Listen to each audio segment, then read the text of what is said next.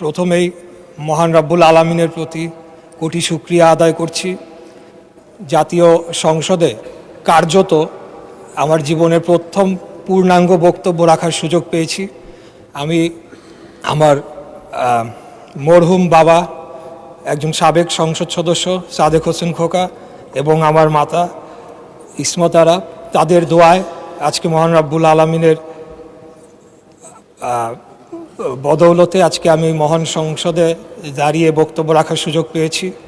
আমি গভীর শ্রদ্ধাভরে স্মরণ করছি জাতির শ্রেষ্ঠ সন্তান 1971 সালের মহান মুক্তিযুদ্ধে সকল শহীদ এবং বীর মুক্তিযোদ্ধাদের, এবং আরও স্মরণ করছি বিগত 24 সালে জুলাই আগস্ট গণ অভ্যুত্থানে সকলে যারা শহীদ হয়েছেন, যারা আহত হয়েছেন, যারা পঙ্গুত্ব বরণ করেছেন, তাদের সকলকে স্মরণ করছি।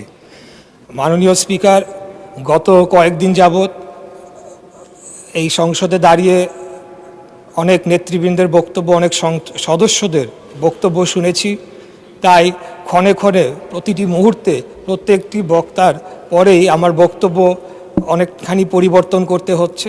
যেভাবে আমি ভেবেছিলাম যে আমার জীবনের প্রথম বক্তব্য রাখবো, সেখান থেকে অনেকটাই এখন সরে আসতে হচ্ছে আর কি। মাননীয় স্পিকার, আমি মুক্তিযুদ্ধ বিষয়ক মন্ত্রণালয়ের দায়িত্ব পেয়েছি। সেজন্য আমি আমাদের নেতা, মাননীয় সংসদ নেতা, মাননীয় প্রধানমন্ত্রী জনাব তারেক রহমানের প্রতি কৃতজ্ঞতা জানাচ্ছি। উনি আমাকে সুযোগ দিয়েছেন, উনি আমাকে মনোনয়ন দিয়েছেন, এবং ঢাকা 6 আসনের সর্বস্তরের ভোটাররা তাদের মূল্যবান ভোট দিয়ে আমাকে সংসদে পাঠিয়েছেন। মাননীয় স্পিকার, আমরা দেখেছি যে 2009 সালে একটি 1/11 ষড়যন্ত্রের মাধ্যমে যে সরকারটি এসেছিল, সেই সরকার তারা মুক্তিযুদ্ধের চেতনাকে বিক্রি করে পদে পদে তারা ফায়দা লুটেছে, জনগণের অধিকারকে হরণ করেছে, এবং 2011 সালের 30শে জুন তারা তত্ত্বাবধায়ক সরকার ব্যবস্থা অন্যায়ভাবে বাতিল করে একটি কার্যত একদলীয় শাসন ব্যবস্থার দিকে বাংলাদেশকে নিয়ে গিয়েছিল, এবং সেটিকে তারা তাদের অবৈধ ক্ষমতাকে দীর্ঘায়িত করার জন্য তারা গুম, খুন, ধর্ষণ সহ এমন কোনো অপরাধ নেই যেটি তারা করেন নাই। আমরা তখন থেকেই দেশনেত্রী মরহুমা বেগম খালেদা জিয়ার নেতৃত্বে গণতন্ত্র পুনরুদ্ধারের আন্দোলন আমরা তখন থেকেই করে আসছি, এবং সর্বশেষ 2024 সালে আমাদের নেতা, আজকের মাননীয় প্রধানমন্ত্রী, ওনার নেতৃত্বেই আমরা আন্দোলন সংগ্রাম লড়াইয়ের মাধ্যমে বাংলাদেশে আবার গণতন্ত্র প্রতিষ্ঠার সুযোগ পেয়েছি। মাননীয় স্পিকার, আমি একটু বলতে চাই যে আমাদের সম্মানিত বিরোধী দলের সদস্যবৃন্দরা এখানে রয়েছেন, তাদের অনেকেই খুব সুন্দর বক্তব্য দিয়ে থাকেন, সেটাকে আমরা অ্যাপ্রিসিয়েট করি, কিন্তু তারা সংসদের বাইরে এবং কিছু কিছু ক্ষেত্রে সংসদের ভেতরেও যেভাবে বক্তব্য রাখছেন, তার মাধ্যমে যে বিষ বাষ্প ছড়ানো হচ্ছে, সেটির একটা প্রভাব কিন্তু আমরা বর্তমান যে শিক্ষা প্রতিষ্ঠান ক্যাম্পাস যে উত্তপ্ত হয়েছে, সেখানে আমরা তার প্রভাব একটা দেখতে পাচ্ছি।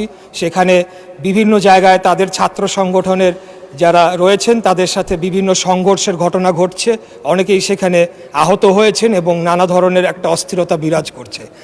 আমি খুব কষ্ট পেয়েছি যে গত সপ্তাহে বৃহস্পতিবার দিন এখানে সুন্দর আলোচনা হলো, জ্বালানি বিষয়ক একটি সমস্যা নিয়ে একটি কমিটি গঠন করা হলো। আমাদের মাননীয় বিরোধী দলের নেতা, তিনিও খুব সুন্দর বক্তব্য রাখলেন, কিন্তু পরের 2 দিনই আমরা দেখলাম যে এই 2 দিন সংসদ চলেনি, যে তাদের নেতৃবৃন্দ বিভিন্ন জায়গায় নানা ধরনের কথা বলেছে, এবং এক প্রকার জনগণকে উস্কানি দিয়েছে। এমনও কথা বলা হয়েছে যে 17 দিনের মধ্যে নাকি বিএনপি নির্বাচিত সরকারকে তারা ক্ষমতা থেকে হটাবে।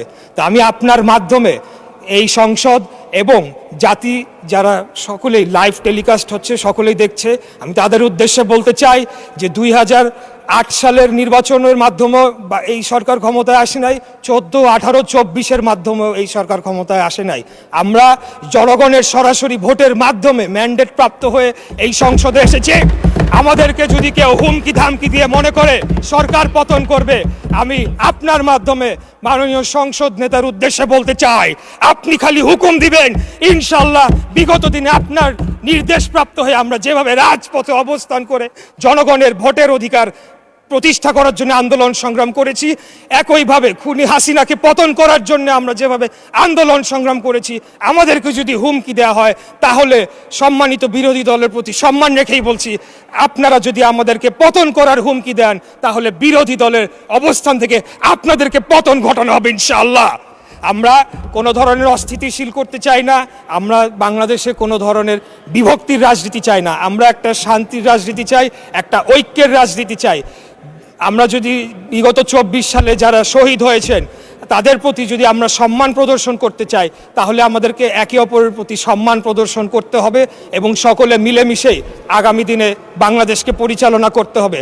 আপনারা হয়তো ভুলে যাচ্ছে, আমাদের সম্মানিত বিরোধী দল হয়তো ভুলে যাচ্ছে, এই যে সংঘাত, এই যে একটা অস্থিতিশীল পরিবেশ তারা তৈরি করার চেষ্টা করছে, তার মধ্যে লাভবান কারা হচ্ছে মাননীয় স্পিকার? তার মাধ্যমে লাভবান একমাত্র ফ্যাসিবাদের যারা দোসর, যারা পলাতক রয়েছে তারাই লাভবান হবে। আর তারা যদি আবার কোনোভাবে বাংলাদেশে ফেরত আসে তাহলে কি অবস্থা করবে যারা তাদের বিরুদ্ধে আন্দোলন করেছে, লড়াই করেছে, সেটা আমি আপনার মাধ্যমে আমি প্রশ্ন রাখতে চাই।